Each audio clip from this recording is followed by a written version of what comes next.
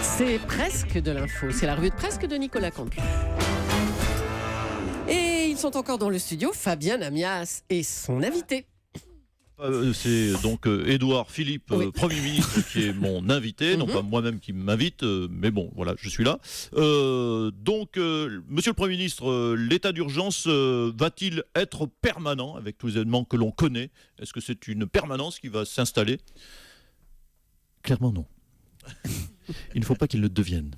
Et sur ce sujet, comme pour beaucoup d'autres, il faut être très clair. Il faut expliquer. Le niveau d'alerte aujourd'hui est à un niveau élevé. Alors, élevé, ça veut dire élevé comment ? Élevé plutôt élevé, ou élevé moyennement bas, ou élevé moyennement haut, ce que j'appelle le LVMH. Magnifique. J'aime beaucoup l'humour. Notre objectif est très clair, monsieur Lamias. C'est sortir de l'état d'urgence. Pourquoi ? Parce que les règles instaurées dans le cas d'un état d'urgence sont extrêmement dérogatoires du droit commun et on ne peut pas le proroger à l'infini. Donc on garde l'état d'urgence jusqu'à novembre, et l'objectif, quel est-il ? C'est d'ici là, voter des lois, monsieur Lamias, dans le cadre de la Constitution, et j'insiste là-dessus, dans le cadre de la Constitution. Car on veut que les forces de l'ordre, les forces de sécurité, puissent faire leur travail plus facilement dans la lutte contre les terroristes. Mais sous le contrôle du juge, de façon extrêmement limitative, j'insiste là-dessus, monsieur Lamias, dans le respect de la loi, si besoin est, que si on y est obligé, dans le cadre constitutionnel, et bien sûr, avec l'accord des parents des terroristes. Alors, on va parler un petit peu législative. Le pronostic, pour l'instant, ce serait le mouvement En Marche avec une majorité absolue. Est-ce qu'il peut y avoir d'autres ministres de droite ? Question simple, réponse simple. Oui, non, vas-y, accouche, monsieur le Premier ministre, tu réponds. Il n'y a pas de réponse simple. J'aimerais qu'on arrête de raisonner en termes anciens, droite-gauche, mais simplement se poser la question, est-ce que cette personnalité peut apporter au gouvernement en tant que ministre ? Donc, il y en aura. Non, je n'ai pas dit ça. Oui, mais moi, ça m'arrange d'avoir au moins une réponse à mes questions. Merci d'aider. À vous, Juju. Merci Fabien. Aujourd'hui, c'est donc notre ami Nikos qui est avec nous pour les titres. On l'accueille tout de suite. Salut Nikos. Ouais, je suis là, toujours là, dans les grands moments de Premier ministre. Je suis là. Ouais, salut July, salut les loups, salut à tous. Bon, Édouard Philippe est parti, c'est dommage, on aurait bien aimé l'avoir pendant cette rubrique, mais tant pis, on va quand même... Ouais, comment ça ? Mais il est parti, c'est pas juste. J'ai même pas eu le temps de lui demander un autographe alors que je suis super fan. Vous savez, Thomas, qu'il a écrit des romans érotiques. Il n'a écrit pas des romans érotiques, il a écrit un roman dans lequel le personnage principal disait qu'il aimait les gros seins. Hein, mais je parlais pas de ça, moi je parlais de son projet de réforme de code du travail. C'est génial, c'est le truc le plus excitant que j'ai jamais lu de ma vie. Ça m'a fait frétiller du téton.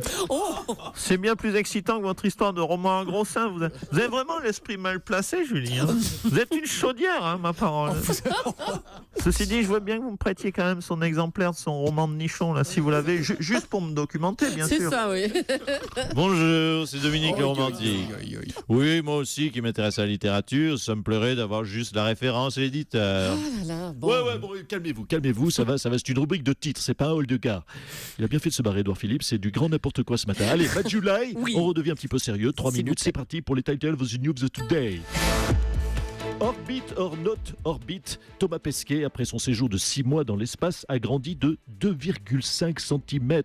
Oui, en taille, Julie. C'est un formidable espoir pour Nicolas Barret, pour Thomas Soto, pour Fabien Amias. Rendez-vous compte, les copains. 6 mois, 2,5 cm et demi de plus, les gars. Si on vous envoie 25 ans, les gars, là-bas, dans l'espace, au retour, vous aurez 70 ans, mais vous ferez une taille adulte. C'est génial, c'est vous qui voyez. Perte de temps. L'ex-patron du FBI, a accusé Donald Trump de quoi ? Eh bien, je vais vous le dire tout de suite. Il a accusé Donald Trump de mensonge. Et où les Américains, là, franchement... Les Américains, il n'y a pas besoin d'interroger l'ancien numéro 1 du FBI pour savoir que Trump dit tout et n'importe quoi. Même moi, je pouvais le dire. Même Lolo Cabrol pouvait le prédire. Et puis, Brexit. À l'ordre des législatives du Royaume-Uni, le UKIP n'a obtenu aucun siège. Le UKIP, c'est ce parti anti-européen qui avait fortement milité pour le Brexit. Et ce matin, 0 député, rien. Walou, le UKIP a disparu. En fait... L'analyste politique le plus clairvoyant sur le Royaume-Uni, vous savez qui c'était ? Non. C'était Richard Gottener. Ça fait 30 ans qu'il demande il était où le UKIP ? Il était où, le UKIP ? Il était où le gentil toutou ?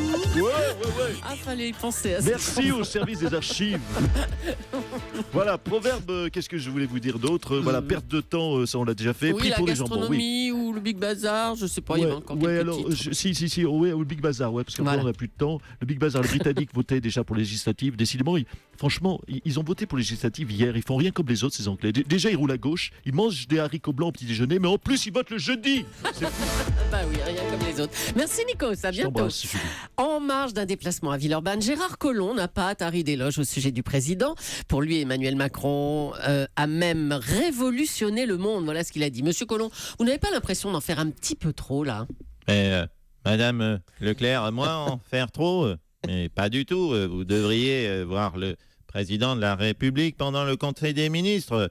Édouard Philippe aurait pu d'ailleurs le confirmer ce matin sur votre antenne quand Emmanuel est au centre de la table et nous à ses côtés, oui, disons-le, il irradie. La dernière fois, il a fait livrer des croissants et il nous a dit « prenez et mangez-en tous ». Vous auriez vu la scène, on aurait dit Jésus et ses disciples. Non, vous n'allez quand même pas comparer Emmanuel Macron à Jésus, monsieur Collomb. Allons. Ben écoutez, je franchis ce pas. Regardez-moi, par exemple, j'étais, disons-le, quasiment mort. Eh bien, il me nomme ministre et me voilà ressuscité comme Lazare. Alléluia. Et vous avez vu tous ces gens à qui il a dit « lève-toi et en marche ». Ah, joli aussi ça. Voilà. Bien. Bon. Après, c'est vrai que la comparaison s'arrête là. Bon, quand même. Oui, parce que Jésus est mort à 33 ans alors qu'Emmanuel Macron est encore en vie à 39. Oui. C'est bien la preuve qu'il est encore plus fort que Jésus. Jésus, je le pense, devait être juste une sorte de brouillon d'Emmanuel Macron. Carrément, oui. Ceci dit, il y a une ombre au tableau. Ah tiens, il y a quand même quelque chose qui ne va pas. Alors c'est quoi? Écoutez, c'est qu'aujourd'hui, Emmanuel s'ennuie. Maintenant qu'il a révolutionné le monde, que va-t-il faire pendant les 4 ans et 11 mois qui lui restent de mandat? Il est trop doué, on ne peut plus suivre. Oui, ça c'est doit être l'évidence. ça. Merci, monsieur Collomb. Alain Juppé est avec nous maintenant. Bonjour, monsieur Juppé. Oui, bonjour Ça à va? votre sympathique Ça a l'air équipe. d'aller, hein?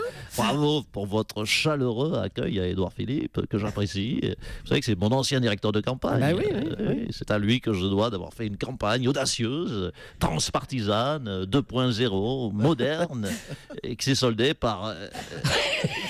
oui, par une branlée. Mais oui, vous souriez, mais une branlée transpartisane, moderne et à 2.0. Alors vous qui avez été à Matignon, est-ce que vous pensez qu'il peut être un bon Premier ministre? Bien sûr, j'en suis convaincu. D'ailleurs, pour l'instant, si vous notez bien, il n'a pas fait de gaffe, de bourde, il n'a pas fait d'erreur majeure, il n'a pas fait de loi controversée, il n'a pas fait... Oui, c'est vrai qu'il n'a pas fait grand-chose, finalement. C'est peut-être ça le truc pour tenir longtemps. C'est une stratégie. Alors, cette semaine, vous êtes allé soutenir Nathalie Kosciusko-Morizet pour les législatives. Elle est en difficulté dans sa circonscription parisienne. Oui, c'est vrai qu'elle est en difficulté. Oui, mais vous savez, moi, j'ai soif encore de branler. Oui, la rouste me manque. Et grâce à Nathalie, je vais prendre peut-être une branlée par procuration. Rappelez-vous, NKM m'a soutenu à la primaire de la droite et j'ai perdu d'ailleurs. Eh bien, je vais essayer de lui rendre l'appareil. Oh, c'est aimable à vous, monsieur Juppé. Je vous en prie. Édouard Philippe était donc notre invité ce matin. Monsieur Giscard d'Estaing, bonjour. Bonjour. Alors, vous vouliez nous parler de lui? Tiens. Absolument. Ah bon? Absolument. Car j'ai entendu au début de votre rubrique, M. Nicolas Barret, M. Strauss-Kahn, vanter les qualités d'auteur érotique de M. Philippe. Qualité, je le dis, hautement surestimée. Croyez-en un spécialiste, M. Jojo. Ah bon? Applaudis, mais avec langue. J'en ai gratté, moi, des paragraphes ou des glaives de chair pour fendre des cavernes du plaisir. Oh non, pitié, vous n'allez pas encore nous reparler de vos livres. Là, ça va. Mais quoi, pitié? Non, mais franchement, lisez mes bouquins cochons au lieu de critiquer sans savoir.